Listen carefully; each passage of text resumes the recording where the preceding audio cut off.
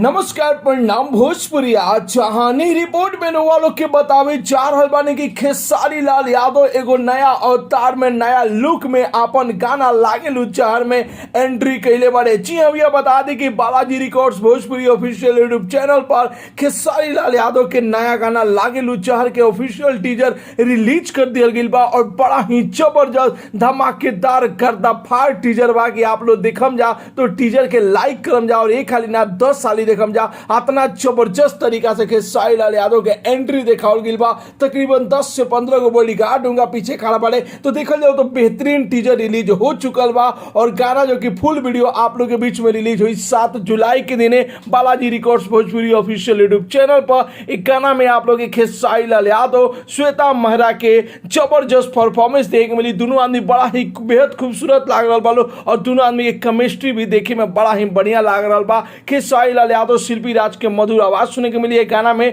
और एक गाना के लिखले बड़े आजाद सिंह, एक गाना में के म्यूजिक भी दिले बड़े आजाद सिंह और विजय सिंह और एक गाना के डायरेक्टर बड़े विभांशु तिवारी और एक गाना के कोरियोग्राफर बड़े लक्की विश्वकर्मा। तो नहीं खींचा देखे रहे भैया तो चाह के देखी जा बालाजी रिकॉर्ड्स पर बड़ा ही बेहतरीन टीजर रिलीज हो चुकल बा। यदि देख ले बन जा तो आप लोग के टीजर कैसा लागल बा अपन राय जरूर ही कमेंट बॉक्स में बताई जा और साथ ही साथ वीडियो के ज्यादा से ज्यादा लाइक करी जा, ज्यादा से ज्यादा शेयर करी जा और भोजपुरी जगत के हर छोट बड़ न्यूज जाने खातिर अपन भाषा वाला चैनल भोजपुरी फैंस क्लब के जरूर ही सब्सक्राइब कर लीजा। मिलत नहीं भैया अगला वीडियो में एक नया न्यूज के साथ है, तब तक के लिए बाय बाय, टेक केयर, जय भोजपुरी।